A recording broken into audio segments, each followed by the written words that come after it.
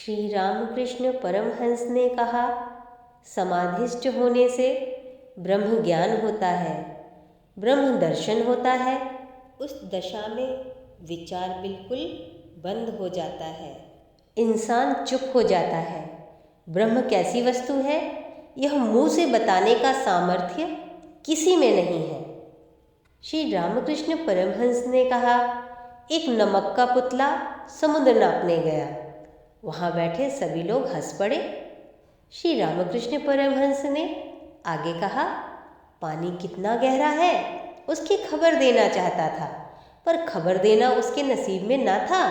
वह पानी में उतरा कि गल गया, बस फिर खबर कौन दे। किसी ने प्रश्न किया, क्या समाधिस्थ पुरुष जिनको ब्रह्म ज्ञान हुआ है फिर बोलते नहीं?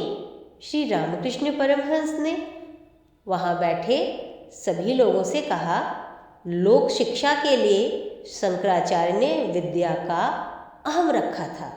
ब्रह्म दर्शन होने से मनुष्य चुप हो जाता है। जब तक दर्शन ना हो तभी तक विचार होता है। घी जब तक पक ना जाए तभी तक आवाज करता है।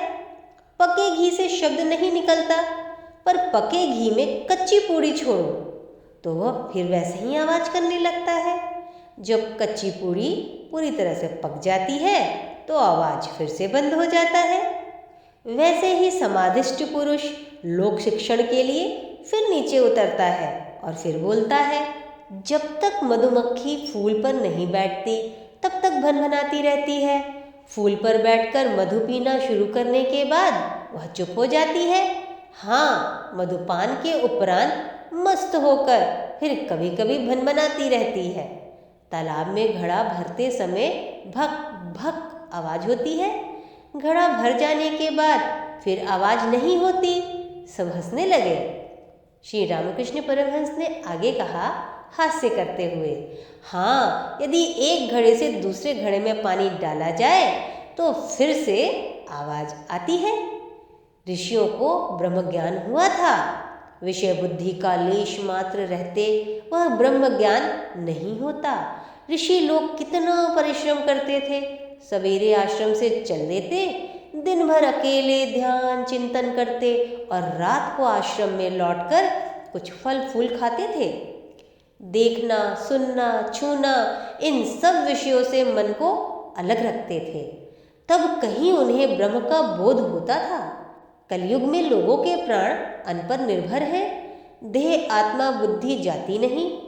इस दशा में सोहम, मैं ब्रह्म हूँ, कहना अच्छा नहीं। सभी काम किए जाते हैं, फिर मैं ही ब्रह्म हूँ यह कहना ठीक नहीं। जो विषय का त्याग नहीं कर सकते, जिनका अहम भाव किसी तरह जाता नहीं, उनके लिए मैं दास हूँ, मैं भक्त हूँ, यह अभिमान अच्छा है। भक्ति पथ रहने से भी ईश्वर का लाभ होता है। ज्ञान नेति नेति, ब्रह्म यह नहीं वह नहीं, अर्थात कोई भी ससीम वस्तु नहीं। यह विचार करके सब विषय बुद्धि छोड़े तब ब्रह्म को जान सकता है।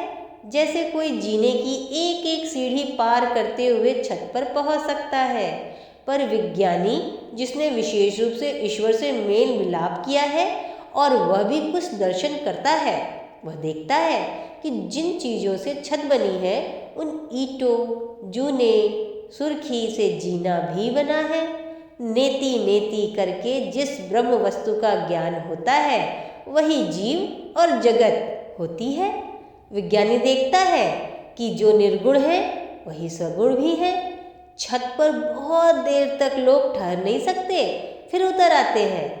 जिन्होंने समाधिस्थ होकर ब्रह्म दर्शन किया है वह भी नीचे उतरकर देखते हैं कि वही जीव जगत हुआ है। सा रे ग म प ध नी, नी में चरम भूमि में बहुत देर तक रहा नहीं जा सकता। अहम नहीं मिटता। तब मनुष्य देखता है कि ब्रह्म ही मैं, जीव, जगत सब कुछ हुआ है। इसी का नाम विज्ञान है।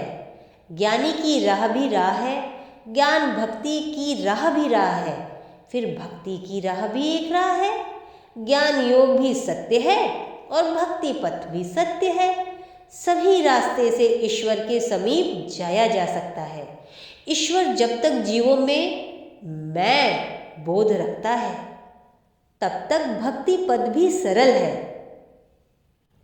ऐसी ही रोचक जानकारी के लिए कल्याणमस्तु को सब्सक्राइब करें। फिर मिलते हैं किसी नए वीडियो में नए जानकारी के साथ। तब तक कल्याणमस्तु को देखते रहें। लाइक का बटन दबाएं, मित्रों के साथ शेयर करें। धन्यवाद।